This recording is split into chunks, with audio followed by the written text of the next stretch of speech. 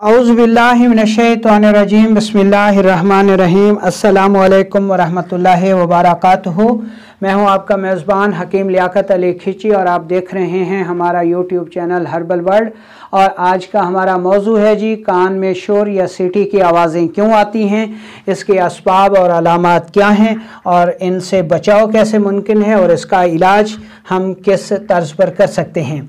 दोस्तों, इस टॉपिक पर वीडियो बनाने के लिए हमारे एक बहुत ही प्यारे MBBS डॉक्टर हैं जो कि इस शोबे से ताल्लुक़ रखते हैं और कानून मुफरद आज़ाद से बहुत ज़्यादा मोहब्बत करते हैं और अपनी प्रैक्टिस MBBS की प्रैक्टिस में भी उन्होंने इसको शामिल कर रखा है।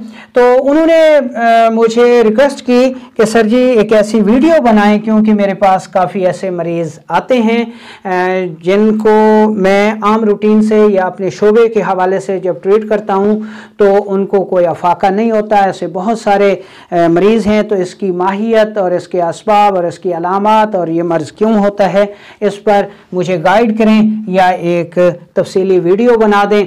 तो इसके लिए उनकी फरमाइश पर यह वीडियो बनाई जा रही है। तो इसमें हम सबसे पहले इस मर्ज़ की तारीफ़ कर लेते हैं कि इस मर्ज़ की तारीफ़ तो आम फहम में यही होगी कि मरीज़ का ये शिकायत करना कि उसके कान में मुसलसल शोर या सीटी की आवाज़ आती है और ऐसा चलता है कि जैसे कोई गाड़ी चल रही हो, कोई हवाई जहाज़ चल रहा हो, कोई ढोल बज रहा हो। तो ऐसी सूरत कान में शोर या सीटी आने की आवाज़ कहलाती है। इसकी ये तारीफ़ हो गई। तो अब हम चलते हैं जी कि इसके असबाब की तरफ। ठीक है जी, इसके असबाब की तरफ बढ़ने से पहले मैं आपको एक मिसाल से समझाना चाहूँगा, उससे आपको बहुत जल्द ये समझ आ जाएगी इस के असबाब की। इसलिए मैं ये मिसाल दे रहा हूँ जिससे आप मुआलजीन भी और आम हजरात भी बहुत जल्द जो है इसकी वजह को समझ जाएंगे। ठीक है, आप एक प्लास्टिक का शापर लें। ठीक है जी, ये शापर लेकर इसको किसी धागे की मदद से, ठीक है, ऐसी जगह बांध दें जहां पर हवा का बहुत ज़्यादा गुजर हो। ठीक है जी, अब इस शापर को आपने बांध दिया ऐसी जगह जहां हवा की गुजर है। अब आप ये मुशाहिदा करें कि हवा की वजह से ये जो शापर है ये फड़फड़ाएगा और इसके फड़फड़ाने की आवाज़ जो है वो आप बाखूबी सुन सकेंगे। ठीक है जी, अब इस मिसाल को आपने जहन में रखना है। ठीक है जी, इंसानी जिस्म में उजलाती सोजिश जो है या तहरीक जो है वो एक ऐसी तहरीक है जिसमें हमारे जिस्म में बहुत ज़्यादा खुश्की होती है और बहुत ज़्यादा गैस का दबाव होता है। जब ये खुश्की होती है तो ये खुश्की जो है ये हमारे जो कान का पर्दा है, ठीक है, उसको भी खुश्क कर देती है और हमारा ये कान का पर्दा जो है ये खुश्क हो जाता है। अब चूँकि हमारे जिस्म में हवा का दबाव होगा तो इस हवा के दबाव की वजह से हमारे ये जो कान का पर्दा है ये उसी तरह फड़फड़ाएगा जिस तरह एक शापर को आपने ऐसी जगह बांधा जहां हवा का गुजर है और वो शापर हवा के दबाव की वजह से फड़फड़ाता है। तो हमारे जिस्म में खुश्की की वजह से पैदा होने वाली हवा हमारे कान का पर्दा जो कि खुश्क हो जाता है उस पर इसी तरह अमल करती है जिस तरह ये हवा उस शापर पर अमल करती है और शापर फड़फड़ाता है। तो हमारे जिस्म में भी हवा जो है वो हमारे कान के खुश्की की वजह से जो कान का पर्दा खुश्क हो जाता है उसको इसी तरह जो है असर करती है और हमारा ये पर्दा जो है वो मुसलसल इस हवा की वजह से मुतासर होता है, जिसकी वजह से मरीज़ जो है ये शिकायत करते हैं जी कि कान में मुसलसल शोर है, क्योंकि हवा जो है उस पर्दे को मुसलसल मुतहरिक करती रहती है। तो अब इसके जो असबाब आपने समझ लिए वो है जी उजलाती सोजिश। ठीक है, और इसके असबाब में सौदावी ग़िज़ाएँ, ठीक है जी, दाफ़े दर्द, अद्वियात का बकसरत इस्तेमाल, ठीक है जी, इमसाकी अद्वियात, ठीक है जी, खामखा की जो है एंटीबायोटिक, और इसके अलावा जो है खुश्क माहौल में रहना, नींद की कमी, ये जो है इसके अहम असबाब हैं। ठीक है जी।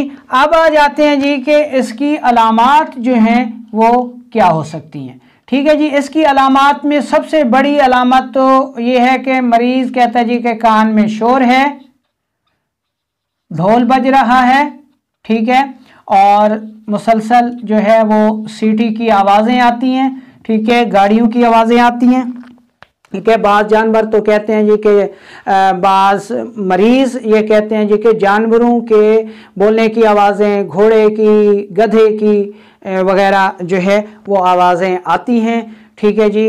इसमें ये अलामात हो गई। और मरीज़ का जो पेशाब होगा वो रंगत में सुर्ख होगा, मिकदार में कम होगा, पेशाब सुर्खी माइल, मिकदार में कम, ठीक है। गैस,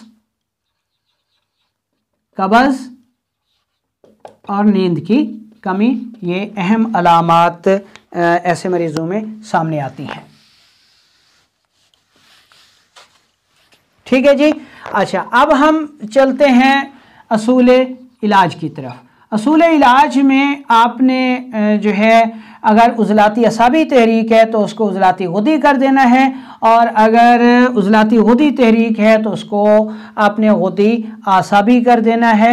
ठीक है। इसमें सबसे पहले ये देख लें जी कि राई है, ठीक है, यानी ये तेल है सरसों का, ठीक है। सरसों का तेल आपने ले लेना है जी 250 ml, ठीक है, यानी कम मिकदार में भी आप इसको बना सकते हैं, मैं इसी मिकदार में आपको बता रहा हूँ। अच्छा, दूसरी चीज़ आपने लेनी है जी अजवाइन देसी, ठीक है जी। अजवाइन देसी आपने लेनी है 20 ग्राम, ठीक है। ये अजवाइन देसी जो है इस तेल में अच्छी तरह जला लें, ये जल जाए तो इसको पुन छान कर किसी बोतल में महफूज कर लें।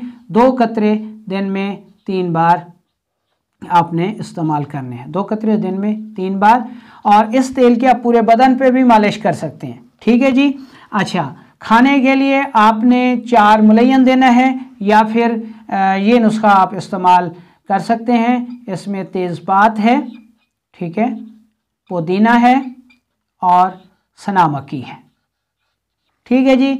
ये तीनों आपने बराबर वज़न लेनी है, और बराबर वज़न लेकर इंतहाई बारीक पाउडर कर लें, और इसको 2 ता 6 रत्ती तक दिन में 3 बार इस्तेमाल करना है।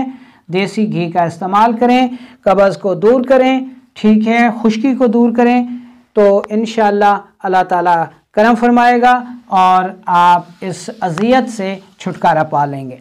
ठीक है जी। अच्छा, अब इसमें एक और सूरत को जहन में रखें कि उज़लाती गुदी तहरीक, ठीक है जी, उज़लाती गुदी तहरीक मुआलजीन के लिए बता रहा हूँ कि अगर इसका पहला दर्जा है, ठीक है, तो आपने असूल इलाज में गुदी उज़लाती से इलाज करना है।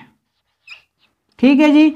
अगर इंतहाई दर्जा है और मरीज़ 4, 5, 6 साल से इसका इलाज करा करा के इंतहाई आजिज़ आ चुका है, ठीक है, शिफा की कोई सूरत उसको नज़र नहीं आ रही, आपके पास जब आता है तो वो कहता है जी कि मैं 50 मुआलजीन के पास जा चुका हूँ, ये चीज़ ख़त्म नहीं हो रही, ठीक है, यानी 6-7 साल अगर उसको हो गए हैं तो फिर आपने जो असूल इलाज करना है वो गर्म रतूबात से करना है। ठीक है जी। गर्म रतूबात कौन सी हैं? आसाबी गुदी। तो इसमें आपने मरीज़ को आसाबी गुदी अद्वियात देनी है, और ये जो आपको बताया जा रहा है तेल का नुस्खा कान में डालने के लिए, वो आपने ये नुस्खा जो है वो मरीज़ को कान में डालने के लिए आपने देना है। इसमें पहली सूरत है जी आपके पास सुहागा बरियाँ, ठीक है जी, सुहागा बरियाँ लें, या फिर आप मीठा सोडा लें जिसको सोडा बाइकार्ब भी कहा जाता है। ठीक है जी। सुहागा बरियां या मीठा सोडा, जिसको सोडा बाइकार भी कहते हैं, ये आपने लेना है 1 तोला। ठीक है जी। अब इस पर ग्लिसरीन आपने ले लेनी है 9 तोला। ठीक है जी। तो इसको जो है वो मिला लें। ठीक है। ये मीठा सोडा या सुहागा बरियां इसमें हल हो जाएगा। तो 2 कतरे आपने दिन में 3 बार इस्तेमाल करने हैं, इंशाल्लाह अल्लाह ताला करम फरमाएगा। ये कतरे जो हैं वो मार्केट में भी बने बनाए आते हैं सोडा ग्लिसरीन के नाम से। ठीक है। अगर वो लेना चाहें तो वो भी आप ले लें। सोडा ग्लिसरीन में भी यही 2 चीज़ें होती हैं, मीठा सोडा होता है और ग्लिसरीन होती है। ठीक है। तो इस तर्ज पर जो है वो आप अपने मरीज़ का इलाज करें, इंशाल्लाह अल्लाह ताला करम फरमाएगा।